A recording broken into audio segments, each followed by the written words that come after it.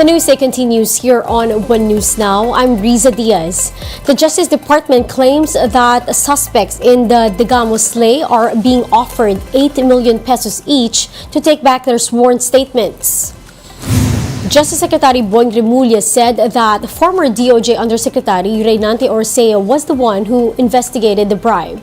For his part, Orsea dismissed the secretary's allegation and called it hearsay.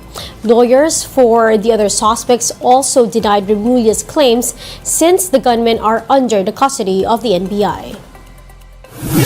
Meanwhile, starting July, the Philippine National Railway will temporarily close its Calamba to Alabang route to give way for the North-South Commuter Railway construction. Gerald De La Peña with the report. The Philippine National Railway's Calamba to Alabang route will have to be temporarily halted in a month. That's because starting July 2, the Transportation Department will begin constructing the North-South Commuter Railway. This will connect Calamba in Laguna to Clark in Pampanga. The DOTR promises the project to have stations with modern designs as well as Japanese-made trains that are faster than usual. This temporary closure of the Calamba-Alabang route will affect about 500 passengers daily.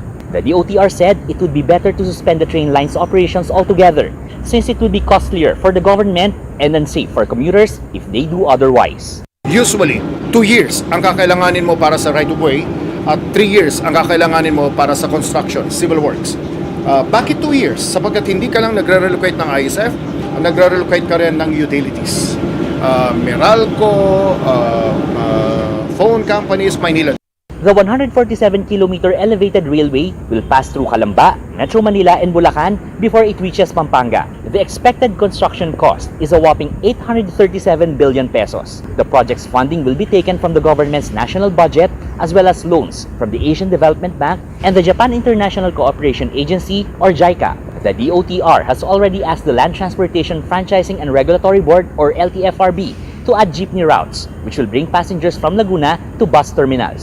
However, the daily commute will be more expensive for these affected passengers. A one-way fare from Calamba to Alabang via PNR only costs 30 pesos. But with this temporary closure, the fare for the same route via buses will be more than double at 70 pesos. Kung ganun po mangyayari, kung mapaganda naman po ang sitwasyon po ng PNR, wala tayo po magagawa. Tatanggapin po namin sa akin lang po, tatanggapin ko po. Nakakatipid po ako ng isang 100 piso po kada araw-araw. Papapasok ako sa trabaho, magta-tricycle ako hanggang terminal ng bus. O pang bus hanggang Alabang lang naman yun. Tapos pag kasi probinsya hanggang Alabang lang. Tapos sasakay ka naman ng pwedeng jeep or bus ulit na pabikutan. Aside from commuters, around 2,000 families living close to the rails will also be affected by this project. Ang hirap dito talaga pag kung ipinaalis, na wala naman kaming kasiguraduhan na saan makapunta yung mga tao. No choice naman kami sir kasi kung project po talaga ng gobyerno, wala po tayong magagawa. Ang sa amin lang po, ilagay lang po sa ayos, saka po yung sa tamang ipaglalagay yung mga tao kasi napakahirap po talaga ng maglipat. Aside from Calamba to Alabang, the Alabang to Tuban route will also be closed starting October this year, also for the project. The North-South Commuter Railway is expected to be partially operational by 2027. For News 5, Gerard De La Peña, we are One News. Water interruptions could soon hit Metro Manila again with allocation for the Angat Dam set to be reduced by mid-June. The Metropolitan Water Works and Sewerage System said Maynilad customers will be the ones affected since the additional allocation was given to the concessionaire. The National Water Resources Board has decided to reduce the allocation from Angat Dam by 2 cubic meters per second to ensure enough supply for irrigation.